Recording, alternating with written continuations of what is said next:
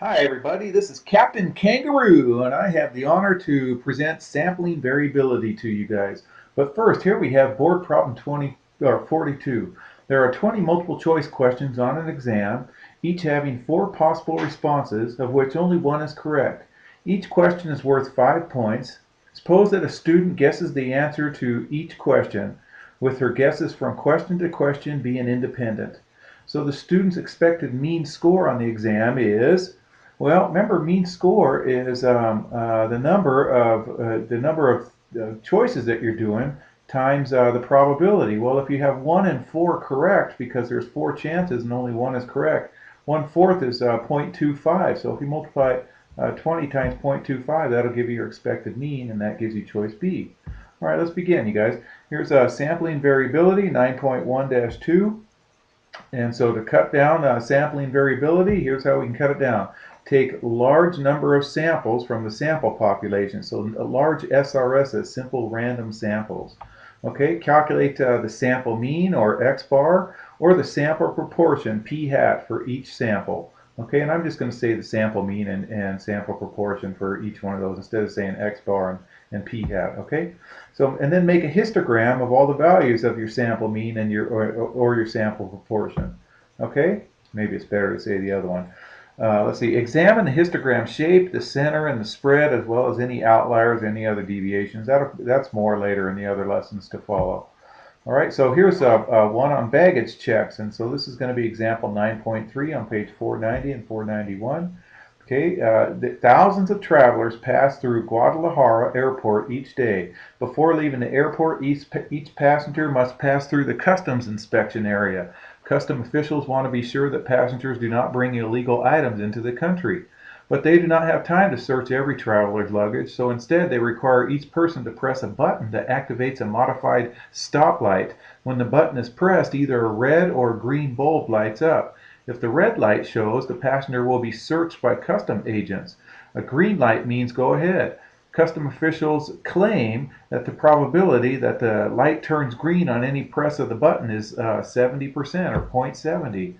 So we'll simulate drawing a simple random sample of size 100 from the population of travelers passing through Guadalajara Airport. The parameter of interest is the proportion of travelers who get a green light at the customs station. Assuming that the custom officials are telling the truth, excuse me, we know that p hat, or the sample proportion, is 70%. So we can imitate the population by a huge table of random digits, such as table B at the back of your book, with each entry standing for a traveler. 7 of the 10 digits, say 0 to 6, that's your 7 digits, stand for passengers who get a green light at customs. The remaining 3 digits, 7, 8, and 9, stand for those who get a red light and are searched. Because all digits in the random number table are equally likely, this assignment produces a population proportion of passengers who get the green light equal to the proportion of 70%. We then imitate an SRS of 100 travelers from the population by taking 100 consecutive digits from table B. The statistics of your p hat is the proportion 0s through 6 in the sample. Okay, so for example, if we begin at line 101 in table B, we get these numbers here. Okay, so just pause for a second and make sure you get these same numbers. Pause it right here and check out these numbers in table B. Okay, when you're done pausing, then remember numbers 7, 8, and 9 get the red light. So this would be a green light, this would be a red light. Green, green, green, red, green, and so on and so on and so on. So that's what we get right there. Okay, notice out of those numbers, I see 1, 2, 3, 4, looks like 5 red lights out of those. Okay, but they, if you keep going and keep going, 71 of the first 100 entries are between 0 and 6. So your proportion is 71 out of 100, or 71%. And then if you did a second SRS based on the second 100 entries in table B, it gives a different result. It only gave a proportion of 62%. The two sample results are different, and neither is equal to the true population value of 70%. That's what's called sampling variability. Okay? All right, so here's a histogram of drawing 1,000. You don't have to write this down, you guys. 1,000 SRSs of size 100 with population proportion to P is 70%.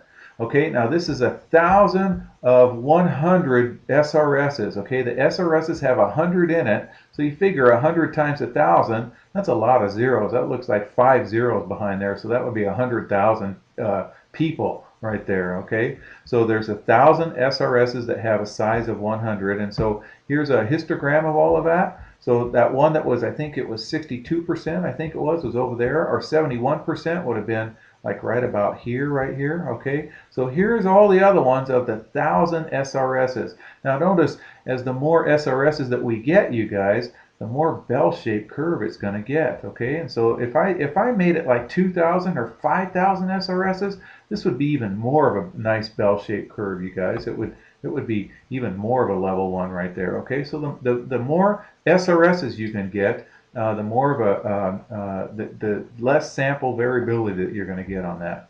Okay, so here we go. Section C. Take an SRS of size 2 from the random digits and construct the actual sampling distribution for the means X bar of the 2 digits. Okay, so first note, there are 100 different 2-digit numbers that you can obtain from 00 all the way up to 99. Okay, so this next figure, 9.3 on page 492, displays these along with their 100 averages, you guys. So here it is right here, and I have it on the next page. I'm just going to go on the next page and make it a little bit bigger so we can understand it right there. Okay, oops, I got an email. Okay, so look right here. So you can get a 0 and a 0 for the first digits, and the mean is 0. I can get a 1 and a 0, and the mean is 0.5. I can get the digit 72. Can you see 72? And the mean between 7 and 2 is 4.5. Does this chart make sense, you guys? I can get, let's pick 58. Okay, here's 58. Okay, and the mean of 5 and 8 is 6.5. Okay, does that make sense, you guys? These are all the means of the 2-digit numbers that you can get. Okay, right there. All right, so figure 9.4 displays these means in a histogram of the sampling distribution of the X for the sample size of 2 digits. I think there's supposed to be an X bar right there. Let's just put that baby in there, right? There, yes sir. Come on now, right? Oh, it's not going to work for me right now. Anyways, there's an X bar right there. Okay, so there's the figure right there. Okay, and so there's all the means right there, and that's a perfect bell-shaped curve because it's all of them right there. Okay, all right, so this homework assignment you guys are going to be doing is right here. All right, and both problems are first an individual problem and then a class collaboration problem. I am not going to help you on these. This is a class collaboration. I want to see how well you work together. So it's going to be a mini project, and it's also going to be graded as a group grade.